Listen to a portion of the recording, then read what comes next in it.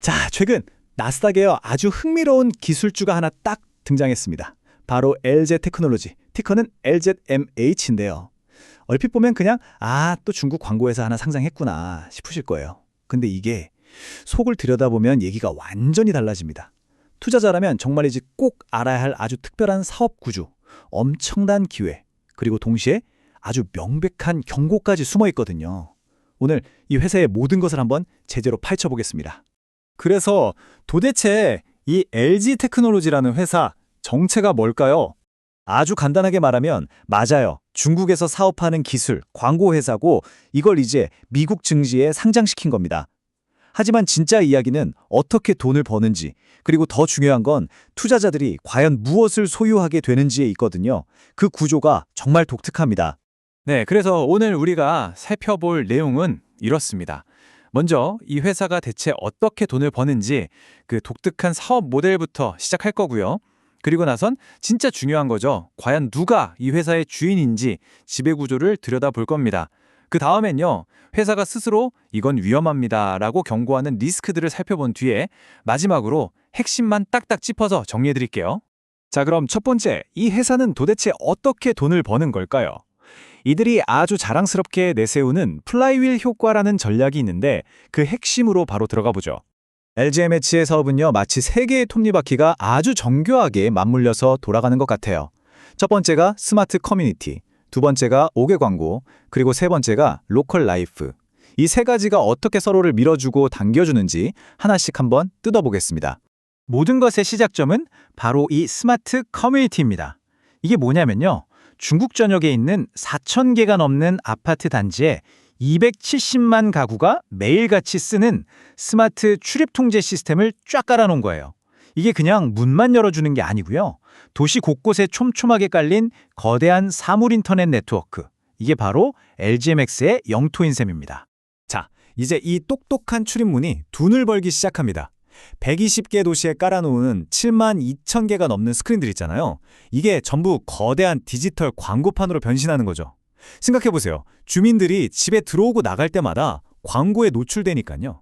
회사 입장에서는 이게 엄청난 광고 수익원이 되는 겁니다. 그리고 세 번째 축이 바로 로컬 라이프입니다. 이건 온라인과 오프라인을 이어주는 다리라고 생각하시면 쉬워요. 예를 들어 우리가 더우인, 그러니까 중국판 틱톡에서 우리 동네 식당 할인 쿠폰을 딱 발견해서 사고 실제로 가게에 가서 쓰는 거죠. LGTMH가 바로 이 중간 연결고리 역할을 해주는 겁니다. 자, 바로 이 지점에서 이 모든 조각들이 딱 맞아떨어지는 겁니다. 이게 바로 그들이 말하는 플라이휠 효과라는 건데요. 생각해보세요. 스마트 커뮤니티에 깔아놓은 그 스크린이 자연스럽게 5개 광고판이 되죠?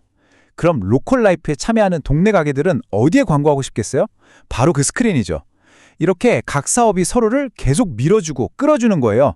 한번 돌기 시작한 톱니바퀴가 서로 맞물려서 점점 더 빠르고 더 강력하게 돌아가는 그런 그림인 거죠. 정말 영리하지 않나요? 네, 사업 모델은 진짜 흥미롭습니다. 기가 막혀요.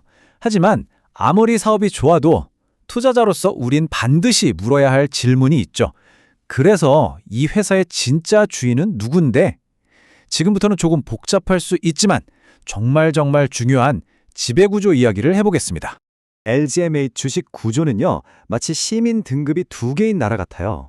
바로 클래스 A 주식과 클래스 B 주식으로 나뉘어 있거든요. 가장 결정적인 차이가 뭐냐? 바로 의결권입니다. 클래스 A 주식은 한 주당 무려 10표의 힘을 갖고요. 반면에 우리 같은 일반 투자자들이 사는 클래스 B 주식은요, 달랑 1표입니다. 힘의 차이가 10배나 나는 거죠. 이 10배라는 의결권 차이가 과연 어떤 결과를 만들까요? 바로 이 숫자입니다. 창업자인 안동장은요, 상장 후에도 전체 의결권의 무려 81.87%를 혼자서 다 갖게 됩니다. 이게 무슨 뜻이냐면요, 나머지 모든 주주가 다 합쳐서 반대를 해도 창업자 혼자서 오케이 하면 모든 게 결정된다는 의미예요. 그래서 나스닥 같은 거래소에서도 이런 회사는 지배기업이다 이렇게 특별히 분류를 해놓는 겁니다.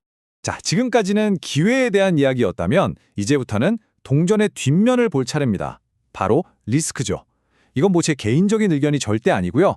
회사가 법적 서류, 즉 투자 설명서를 통해서 투자자들한테 이것만큼은 제발 알고 투자하세요 라고 거의 소리치듯이 대문자로 경고하는 내용들입니다.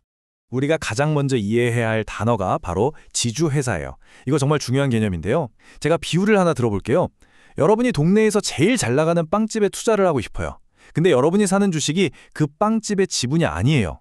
저 멀리 케이맨 제도 같은 곳에 서류상으로만 존재하는 그 빵집을 소유한 어떤 회사의 지분을 사는 겁니다.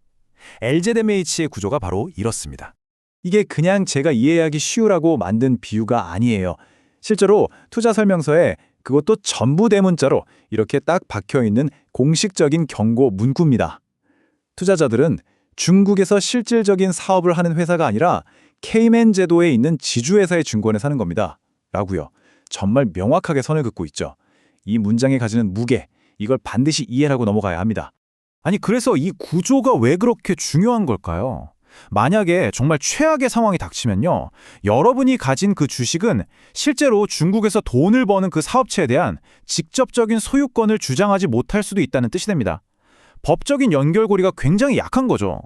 투자 설명서에서는 구체적으로 4가지 큰 리스크를 콕 집어서 얘기합니다.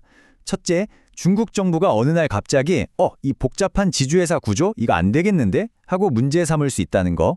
둘째, 미국 법에 따라서 회계감사를 제대로 받지 않으면 나스닥에서 상장 폐지될 수도 있다는 위험. 셋째, 중국 정부가 외환을 통제해서 중국에서 번 돈을 해외 주주들한테 보내는 걸 막아버릴 수 있다는 가능성. 그리고 마지막으로 계속 말씀드렸듯이 투자자들은 돈 버는 자산에 대한 직접적인 소유권이 없다는 점입니다. 결국 LGMH 투자는요, 이 두 가지를 저울 위에 올려놓고 재보는 것과 같아요. 한쪽 저울에는 정말 혁신적이고 빠르게 성장하는 비즈니스 모델이 있고요. 다른 한쪽 저울에는 방금 우리가 본 것처럼 아주 중대한 구조적 그리고 지정학적 리스크가 놓여 있는 거죠. 핵심은 이 균형을 우리가 어떻게 볼 것이냐, 바로 여기에 있습니다. 자, 오늘 이야기의 핵심 딱 4가지로 요약해 보겠습니다. 첫째, 비즈니스. 여러 사업이 시너지를 내는 플라이휠 모델 자체는 굉장히 혁신적이고 매력적입니다. 둘째, 지배구조. 창업자 한 사람에게 의결권이 절대적으로 쏠려 있다는 점. 셋째, 투자구조.